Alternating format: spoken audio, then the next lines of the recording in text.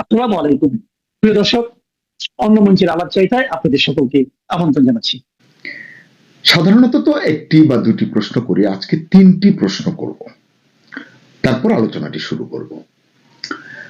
প্রশ্ন নম্বর 1, জাতীয় ও আন্তর্জাতিক চাপের মুখে কি পদত্যাগ করতে বাধ্য হবেন মোহাম্মদ ইউনূস? 2, আসন্ন নির্বাচন কি কেয়ারটেকারের অধীনে অনুষ্ঠিত হবে? 3, সেই নির্বাচনে কি অংশ নেবে কার্যক্রম নিষিদ্ধ বাংলাদেশ আওয়ামী লীগ?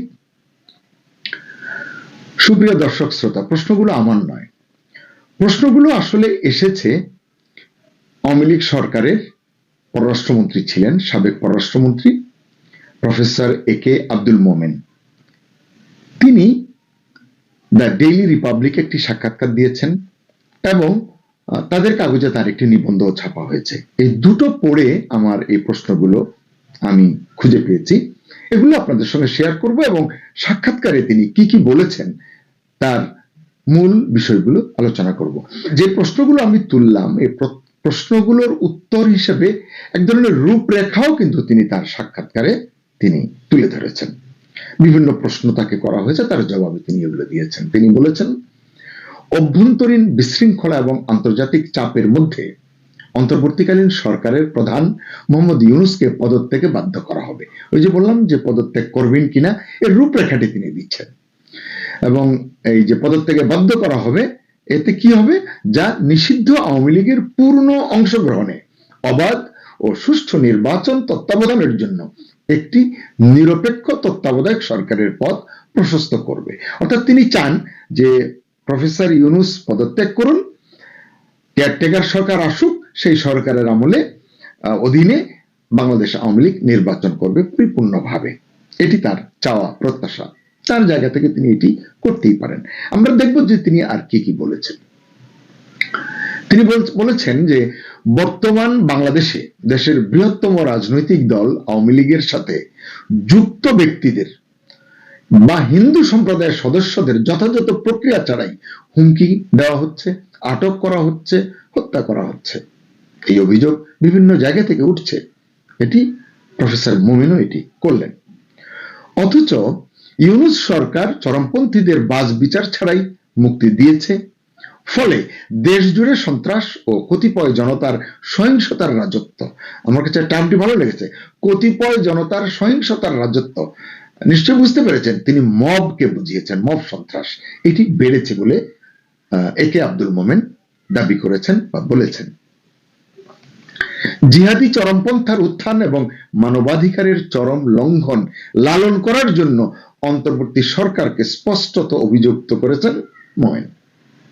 তিনি বলেন, আওয়ামী লীগ সমর্থকদের নিশ্চিহ্ন করার পথ বেছে নিয়েছে অন্তর্বর্তী সরকার, মানে প্রতিহিংসার রাজনীতি মোহাম্মদ ইউনূস করছেন, এটি তিনি বলেছেন। জনাব মোমেন দাবি করেন, যেখানে হাজার হাজার পুলিশ কর্মকর্তা নিহত হয়েছেন, 460টি পুলিশ স্টেশন মানে থানা ধ্বংস করা হয়েছে, আপনারা জানেন কখন হয়েছে এটি, এবং আক্রমণকারীদের শাস্তির বদলে ক্ষতিপূরণ দেওয়া হয়েছে, আবার দায় মুক্তি দেওয়া হয়েছে, এই সরকার দিয়েছে। এসব কারণে আইন প্রয়োগকারী সংস্থার সদস্যরা তাদের মনোবল হারিয়েছেন। এই যে আমরা শুনি যে পুলিশ ঠিকমতো কাজ করছে না, পারছে না, ট্রমাটাইজড হয়ে গেছে, আসলে এর যে সূত্রপাত এটি কিন্তু গত বছরের আগস্টেই সম্পন্ন করেছি কিন্তু আমরা। একে আব্দুল মোমেন বলেন, একজন তরুণ মৌলবাদী প্রকাশ্যে একজন পুলিশ অফিসারকে হত্যা এবং একটি থানা পুড়িয়ে দেওয়ার স্বীকারোক্তি দিয়েছে, তার সত্ত্বেও তাকে ছেড়ে দেওয়া হয়েছে। এ ধরনের সিদ্ধান্ত চরমপন্থীদের উৎসাহিত করে এবং আইনের শাসনকে আরো দুর্বল করে তোলে। আসলে এই ধরনের আলোচনা আমরা করি, অনেকেই করেন, এবং সরকার যে এগুলো করছেন তারাও কিন্তু এগুলো বোঝেন, মানে সরকারের কর্তা ব্যক্তিরা তারাও কিন্তু বোঝেন, কিন্তু তারা তাদের এজেন্ডার বাইরে যাচ্ছেন না, যাবেন না, এটি হচ্ছে তাদের ধনুক ভাঙাপন। এখন সেটি নিয়ে সাধারণ নাগরিক হিসেবে আমরা কি করতে পারি? প্রতিবাদ করা ছাড়া, এটি নিয়ে আওয়াজ তোলা ছাড়া তো আর কিছু করবার নেই।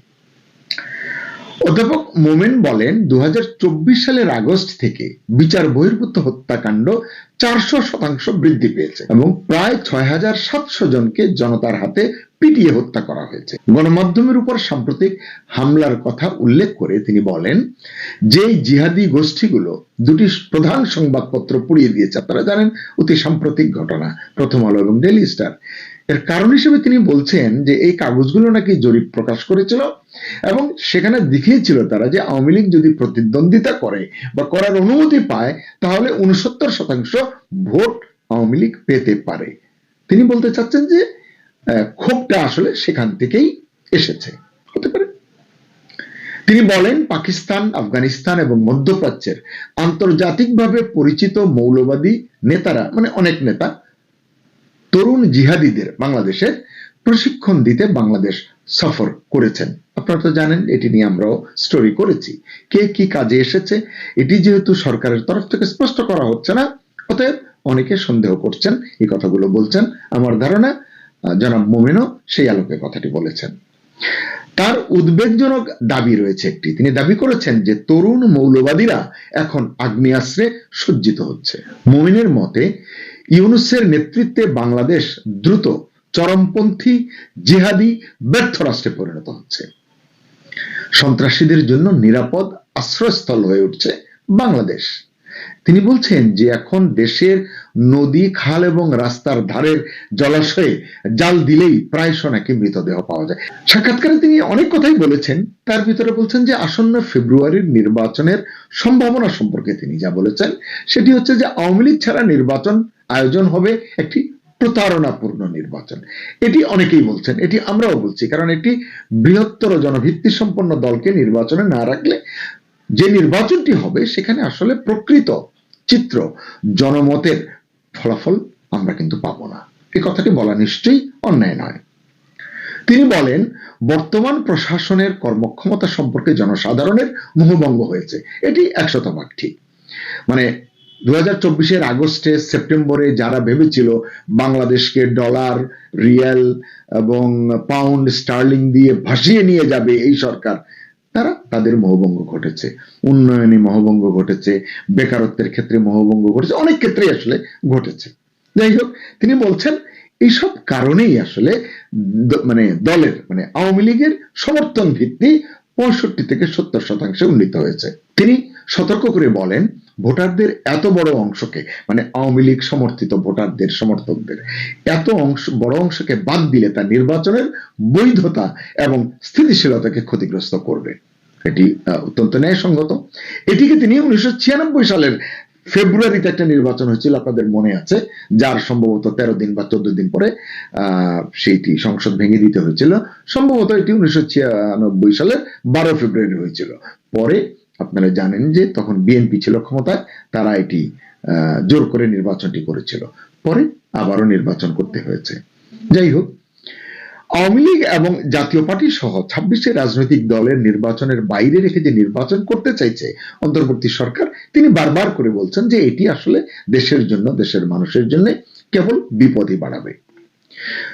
তিনি বলছেন অনেক মানবাধিকার সংস্থা, দেশের বিদেশের, জাতিসংঘ, মার্কিন যুক্তরাষ্ট্র এবং যুক্তরাজ্যের আইন প্রণেতাদের অনেকেই তাদের কাছ থেকে একটি অন্তর্ভুক্তিমূলক নির্বাচনের জন্য আহ্বান জানানো সত্ত্বেও সরকার সেদিকে নজর দিচ্ছে না। ভারত থেকে বলা হচ্ছে, বারবার বলা হয়েছে, সরকার সেদিকে কিন্তু নজর দিচ্ছে না। তারা অলওয়েজ একটি বিকল্প সন্ধানে ব্যস্ত। তিনি বলেন দেশের অর্থনৈতিক পরিণতি ইতিমধ্যেই মারাত্মক আকার ধারণ করেছে। বলছেন 393টি কারখানা বন্ধ হয়ে গেছে, দারিদ্র তীব্রভাবে বৃদ্ধি পেয়েছে। তিনি বলছেন 2023 সালে যে দারিদ্র ছিল 17%, সেটি 2025 সালে 25%-এরও বেশি দেশে নেমেছে, এটি তিনি বলছেন। দুর্নীতি, চাঁদাবাজি এবং বেকারত্ব পূর্ববর্তী সমস্ত রেকর্ড ছাড়িয়ে গেছে বলে মনে করেন মোমেন। তার মতে ব্যাংকগুলো ইতিমধ্যেই ব্যর্থ হয়েছে, শেয়ার বাজার কার্যত ভেঙে পড়েছে, এটি আসলে আগেও পর্যুদস্ত ছিল, বিপর্যস্ত ছিল, আরো অবনতি হয়েছে, উন্নতি হয়নি। আয় কমে গেছে এবং লাখ লাখ মানুষ চাকরি হারিয়েছে। প্রতিটি কথা কিন্তু সত্য। এবং বলছেন জাতি ক্ষুধা এবং অনাহারের ঝুঁকির মুখোমুখি, এই আশঙ্কার কথাও কিন্তু অনেকে বলছেন। তিনি বলছেন সংকট কাটিয়ে উঠতে অবাধ, সুষ্ঠু, স্বচ্ছ এবং অন্তর্ভুক্তিমূলক নির্বাচন প্রয়োজন। আসলে এগিয়ে যাওয়ার জন্য ঐক্যবদ্ধ জাতি, ঐক্যবদ্ধ সমাজ, ঐক্যবদ্ধ দেশ কিন্তু দরকার। এটি শুধু আপনি আমি বুঝি তা নয়, এটি অন্তর্বর্তী সরকারও কিন্তু এটি বুঝে। মুমিন বলছেন, তবে আওয়ামী লীগকে, মানে যাদের ব্যাপক জনসমর্থন রয়েছে এমন একটি দলকে, তাদের সঙ্গে শরিক 14 দলকে এবং জাতীয় পার্টির কথাও তিনি বলেছেন, তাদের অংশগ্রহণে বাধা দিলে এই যে রাজনীতিতে দেশে যে অস্থিতিশীলতা আছে এটি কিন্তু কমবে না, এটি আরো গভীর হবে এবং অর্থনীতির যে ক্ষত সেটা আরো তীব্র হবে। মোমেন বলেন, জাতিসংঘ ইতিমধ্যেই নির্বাচনী পর্যবেক্ষক না পাঠানোর সিদ্ধান্ত নিয়েছে। তারা বলেছে এটি তাদের যে চার্টারের মধ্যে পড়ে না, তারা তাদের ব্যাখ্যা দিয়ে বলেছে। তিনি বলছেন যে এর আলোকে ইউরোপীয় ইউনিয়ন, আফ্রিকান দেশগুলো, কমনওয়েলথ, ওআইসিভুক্ত দেশগুলো এবং মার্কিন যুক্তরাষ্ট্রেরও এই প্রতারণামূলক নির্বাচন বয়কট করা উচিত, এটি মোমেনের দাবি। কারণ না হলে কি হবে, নয়তো অবাধ, সুষ্ঠু, স্বচ্ছ এবং সর্ব অন্তর্ভুক্তিমূলক নির্বাচন, মানে সকল দলের অংশগ্রহণ একটি নির্বাচন করার জন্য চাপ দেওয়ার আহ্বান জানিয়েছেন তিনি। হয় বয়কট করতে বলেছেন পর্যবেক্ষকদের, নয়তো সকলকে নিয়ে একটি নির্বাচনের জন্য চাপ প্রয়োগের জন্য তিনি আহ্বান জানিয়েছেন। এজন্য রাজনৈতিক দলগুলোর উপর থেকে নিষেধাজ্ঞা তুলে নিতে হবে, এটি সঙ্গত। রাজনৈতিক বন্দী এবং সাংবাদিকদের মুক্তি দেওয়ার কথা তিনি বলেছেন। বিচার বিভাগ ও গণমাধ্যমের স্বাধীনতা নিশ্চিত করার কথাও জনাব মোমেন বলেছেন। এছাড়া সবচেয়ে গুরুত্বপূর্ণ যে কথাটি তিনি বলেছেন, এত সবকিছু করতে হলে যে কাজটি করতে হবে, সর্বাগ্রে মোহাম্মদ ইউনূসকে পদত্যাগ করতে হবে। এটি আসলে তিনি বলেছেন, কিন্তু এটি হবার নয় বলেই অনেকে মনে করেন। এবং আর কি লাগবে, এবং তত্ত্বাবধায়ক সরকারের অধীনে অন্তর্ভুক্তিমূলক নির্বাচন আয়োজন করতে হবে। তিনি আরো বলেছেন তত্ত্বাবধায়ক কিভাবে হবে, কতদিনের ভিতরে নির্বাচন হবে, এটি আমি আর ওই আলোচনায় যাচ্ছি না। তিনি বলছেন বিশ্ব নেতাদের উদাসীন থাকা এখন, মানে বর্তমান প্রেক্ষাপটে মোটেই উচিত হচ্ছে না বলে তিনি মন্তব্য করেছেন। তার মতে গুরুতর অন্যায়ের মুখে বিশ্ব বিবেক আর কত নীরব থাকবে, এটি তিনি প্রশ্ন করেছেন।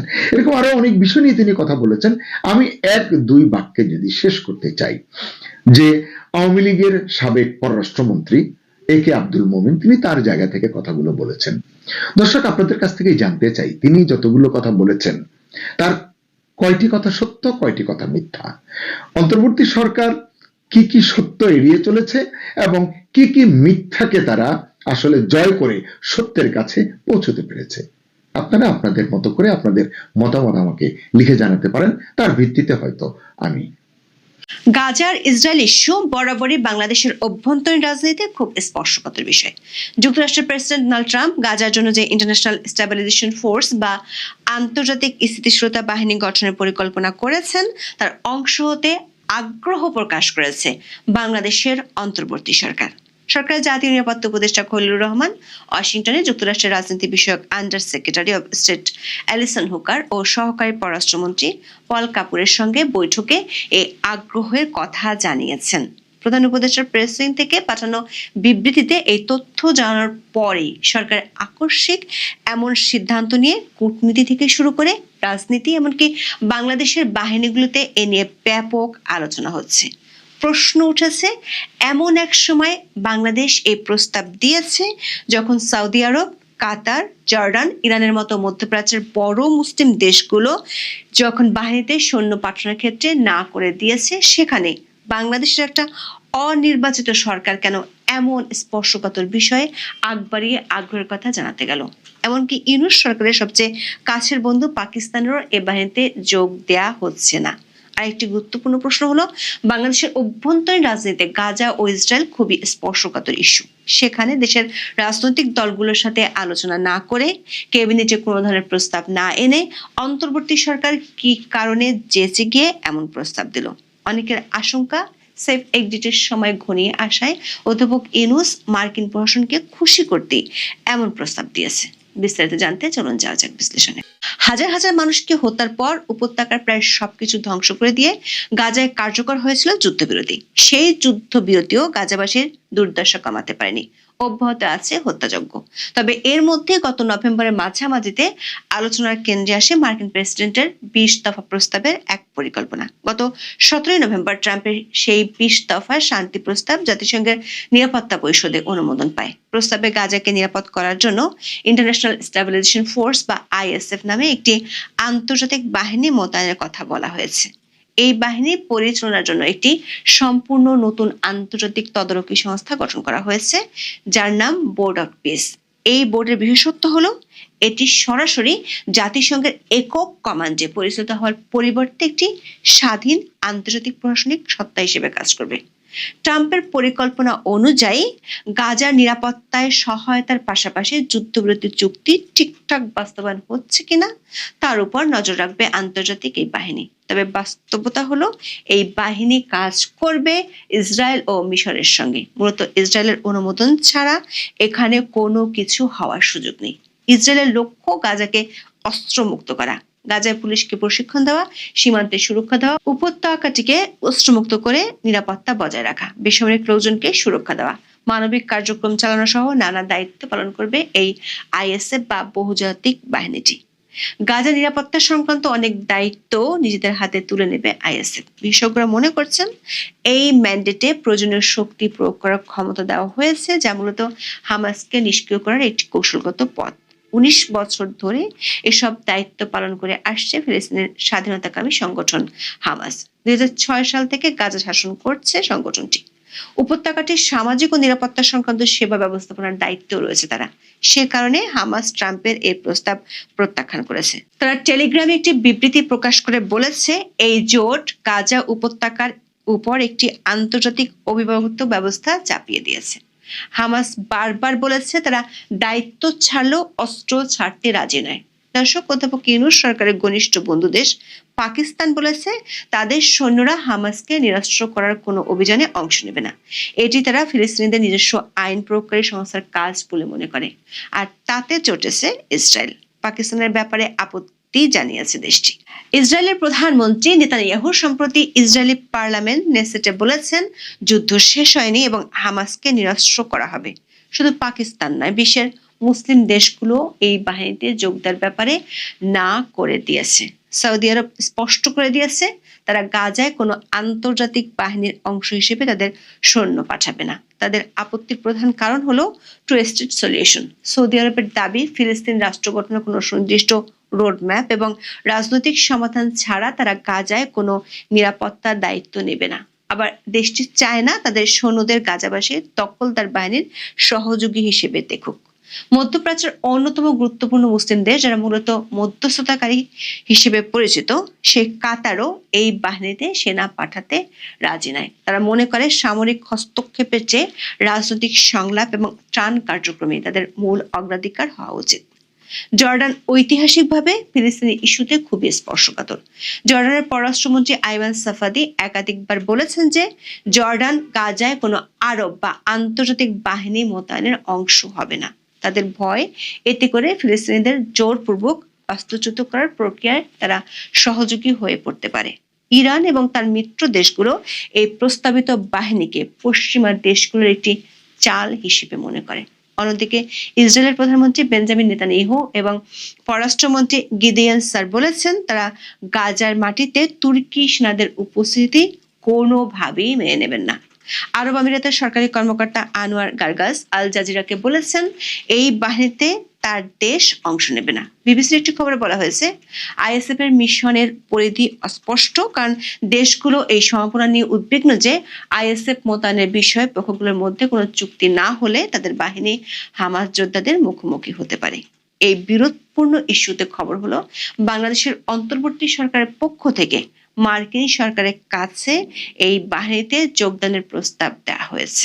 10 জানুয়ারি প্রধান উপদেষ্টার প্রেস উইং এর এক বিবৃতিতে বলা হয়েছে ওয়াশিংটন ডিসিতে মার্কিন রাজনৈতিক বিষয়ক under secretary of state Allison Hooker এবং স্টেট ডিপার্টমেন্টের সহকারী পররাষ্ট্রমন্ত্রী পল কাপুরের সঙ্গে এক বৈঠকে জাতীয় নিরাপত্তা উপদেষ্টা খলিলুর রহমান এই প্রস্তাব দিয়েছেন। জবাবে যুক্তরাষ্ট্র গুরুত্বপূর্ণ এ বিষয়ে বাংলাদেশের সাথে একযোগে কাজ করতে আগ্রহী বলে সরকারের প্রেস রিলিজে দাবি করা হয়েছে। প্রশ্ন হলো, সরকারের ঘোষিত সময় অনুযায়ী এই সরকারের মেয়াদ আছে মাত্র 32 দিন। অধ্যাপক ইউনূসের সরকার কোনো নির্বাচিত সরকারও নাই, এমনকি তাদের এই বাহিনীতে যোগ দেওয়ার জন্য যুক্তরাষ্ট্র থেকে কোনো প্রস্তাবও দেওয়া হয়নি, কোনো ধরনের চাপও দেয়নি ট্রাম্প প্রশাসন। তার চেয়ে বড় কথা হলো, মুসলিম প্রধান বাংলাদেশে গাজা একটি স্পর্শকাতর ইস্যু। গাজার মানুষের উপর যখন আক্রমণ হয় তখন বাংলাদেশে বড় বড় প্রতিবাদ সমাবেশ হয়। সরকার অনেক মিত্র ফিলিস্তিনি পতাকাকে মাফলার বানিয়ে শোডাউন করে থাকে। এমন পরিস্থিতিতে একটি অনির্বাচিত সরকার কেন যেচে গিয়ে মার্কিন প্রশাসনকে এমন প্রস্তাব দিল? বিবিসি বাংলার খবরে বলা হয়েছে, মার্কিন প্রশাসন থেকে একের পর এক যেসব চাপ আসছে, অনেকের ধারণা শেষ মুহূর্তে সেসব সামলাতে গিয়ে সরকারের দিক থেকে ট্রাম্প প্রশাসনের সাথে সম্পর্ক আরো ঘনিষ্ঠ করার চেষ্টার অংশ হিসেবে গাজা নিয়ে ট্রাম্পের পরিকল্পনায় সামিল হওয়ার আগ্রহ দেখাচ্ছে বাংলাদেশের অন্তর্বর্তী সরকার। এতদিন এসব চাপের মধ্যে ছিল বাণিজ্য শুল্ক থেকে শুরু করে চীনের থেকে দূরে থাকার বিষয়, কিন্তু সম্প্রতি যোগ হয়েছে ভিসা বন্ড, তারপর 5,000 বাংলাদেশি প্লেনে তুলে দেবে এমন খবর। সরকার তো জানে যে তার মেয়াদ আর মাত্র 1 মাস, সেখানে কেন আমেরিকাকে খুশি করতে হবে? দর্শকের আগে দেশের রাজনৈতিক দল ও প্রতিরক্ষা বাহিনীর আপত্তি সত্ত্বেও অধ্যাপক ইউনূস ও তার জাতীয় নিরাপত্তা উপদেষ্টা রাখাইন করিডোর দিতে চেয়েছিল। এ নিয়ে জল অনেক খোলা হওয়ার পর সবশেষ সেনাপ্রধানের কড়া বাণীতে পিছু উঠেছিল সরকার। পরে অস্বীকারই করে বসে এ ধরনের কোনো আলোচনাই হয়নি। অনেকের আশঙ্কা, তখন যেমন বিদেশি বন্ধুদের খুশি করতে সরকার মরিয়া ছিল, এবারও কি এমন কিছুর জন্য জনাব খলিলুর রহমান দেশের জন্য স্পর্শকাতর এমন ইস্যুতে প্রস্তাব দিলেন? বিষয়টি স্পর্শকাতর হওয়া সত্ত্বেও সরকার বিষয়টি নিয়ে দেশের কোনো রাজনৈতিক দলের সাথে আলোচনা পর্যন্ত করেনি। সরকারের সূত্রগুলো বলছে এটি নিয়ে উপদেষ্টা পরিষদে কোনো আলোচনা হয়নি। সামরিক সূত্রগুলো বলছে এ ধরনের প্রস্তাবের বিষয়ে আগের মতোই বাহিনীগুলোকে কিছুই জানানো হয়নি। বিশ্লেষকরা মনে করেন পাকিস্তান সহ কয়েকটি মুসলিম দেশ এই বাহিনীতে অংশ নিচ্ছে না, কারণ এই বাহিনীর মূল লক্ষ্য হলো হামাসকে নিরস্ত্র করা। বাংলাদেশের সাধারণ মানুষ ফিলিস্তিনিদের প্রতি অত্যন্ত সহানুভূতিশীল। বাংলাদেশ যদি সেখানে গিয়ে ইসরায়েলের হয়ে শান্তি রক্ষা করে, তবে তা নিজ দেশ থেকে ব্যাপক বিক্ষোভের জন্ম দিতে পারে।